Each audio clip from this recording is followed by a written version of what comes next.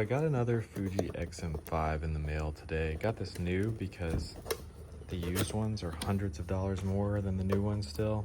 For some reason, even though they're in stock new on eBay, they're way more, like $300-400 more used. So if you want to use one, it's going to cost you. Got a strap in here, and I think that's it. So this is pocketable. This is such a tiny camera. Let's compare it over here to the Nikon ZF.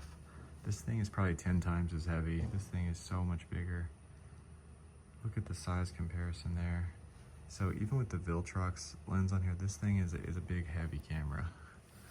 I've also got the Viltrox lens for this. It's just gonna be a little bit bigger than the body cap. The grip actually feels very similar on these two cameras. Actually, the build, this is not plastic, this is plastic, but the texture and everything, it feels kind of similar. The way the grip pops up feels kind of similar on the XM5. And you got a little thumb rest at least on this one. ZF really needs something like that on the back.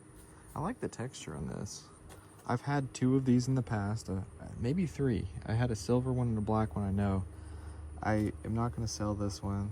I need to stop doing that because I really like this camera. You can film open gate, 6.2K video in such a small pocketable setup. This is actually pocketable and it doesn't pull on my shorts like the ZF does. This one you can take with you anywhere. It's a little bit bigger than the Ricoh GR, but not much bigger. Even with that little Viltrox lens, it's not much bigger than the GR, but you can film good video on it. So I would definitely suggest the XM5.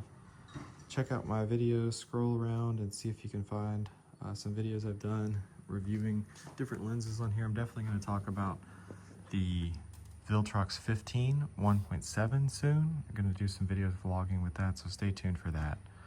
Scroll through the channel, check out my other videos, and I appreciate you guys. Thanks for watching.